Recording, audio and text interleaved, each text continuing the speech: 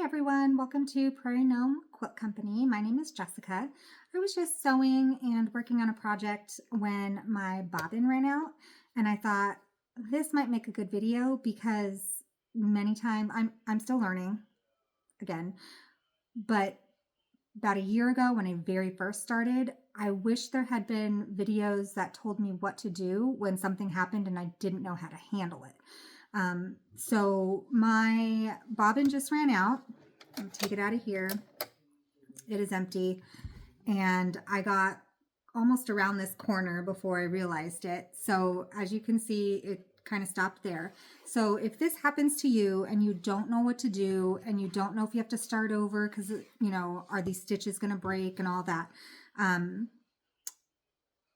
this video will tell you. So let's do this. So we're going to snip this off. We're going to separate that. And we're going to get a new bobbin. So take the one out like I just did. Get a new one. I have one here.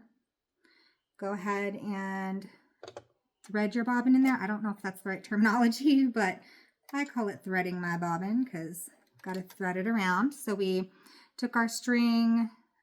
I'll do another video where I show you how to do this because I'll be quite honest, for the first 3 months I sewed about a year ago, I did not do this properly. And I had so many problems, and I made stuff and I sewed, but I didn't hook it around correctly. And I'm not sure how I was able to sew anything, but I'll do another video. Anyhow, put that in there, take your cover, put your cover back on. This is the easiest, simplest thing that you should not be afraid of or worried about. So it is aggravating when you get really far down before you realize it's run out. That really sucks because you just essentially have to do it again, which is just a time waste. It's a time suck. But as far as ruining your project or anything, it's not going to.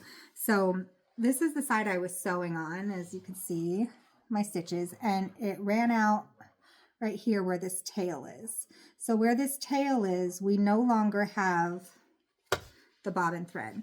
So now that it's all threaded, I'm going to put this back. I'm going to put it, you can put it 1 inch to 2 inches maybe away from where you stopped.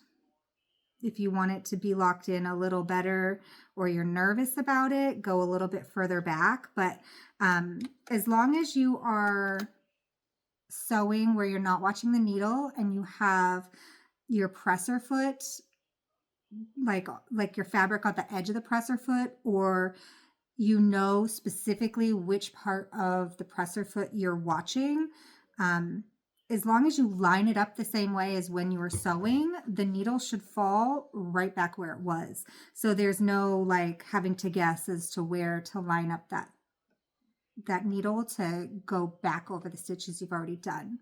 So with me, with this one, I've just been having the fabric along the outside of my presser foot. So I just put it back that same way. I put my presser foot down. I'm going to drop my needle.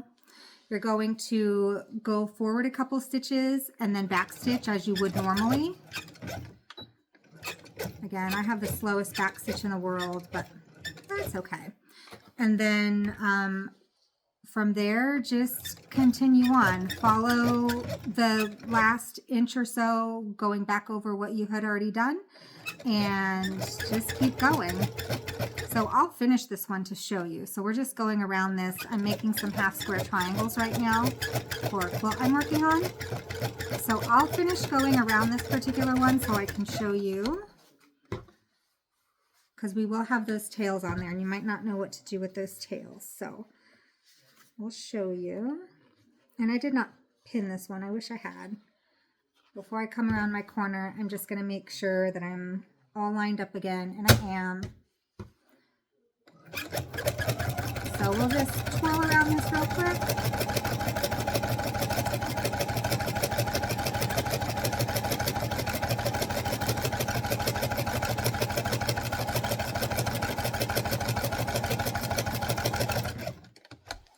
And we have 2 more sides to do. Go 1 stitch further on that. Again, I didn't pin it, so I'm just making sure my edges meet up as I go around each side. I'm trying to save a little bit of time, but honestly, I think it's costing me more time than having just used the pins. But again, we're experimenting, we're seeing what works, what doesn't work. I've never done this before. I just made the half square triangle video this morning, so today is literally the first day I've ever made these. So we're learning together and doing this together. So put that down. This is the last one. So I'm just going around these to make my half square triangles. We're going to end right at the place I stopped, or at the place I started.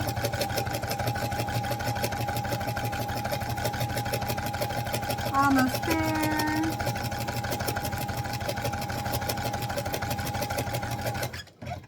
Okay, so I'm just going to go a few stitches forward over my beginning, and then I'm going to do my back stitch to lock it in. All right, I'm going to lift my needle and pull this off. I'm going to remove these threads right at the beginning because these are the normal threads, and then I'll lift this up and show you where our bobbin ran out. So our bobbin ran out where this tail is, right? I think before I had it this way. So that's where our bobbin ran out, and we literally just kind of back sewed about 1 inch to 2 inches, 1.5 inches over our original one, and then just kept going. So now that's all locked in place, and I'll show you. See if I can separate these a little bit. I did not leave a hole to turn them, but I'll yank on it. See, it's nice and strong. So you really have nothing to worry about as long as you do that. Make sure you do your back stitching so it's locking in. We're just going to clip these little tails that are evident from where we had to do that. And voila, there we go. Nice and clean. It's all, like I said, it's all put together. It was right there. It's good. And that's all you do. So if your bobbin runs out, don't freak out. It's really, really concerning when it happens in a giant project and you didn't realize it. But again, not the end of the world. You can fix it pretty easily. Just go back to where it had been. It's just, it causes a little extra work, but it's not going to ruin your project.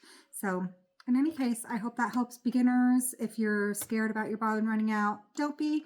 If you have any questions or comments, leave them below. Thanks, everybody. Have a good day.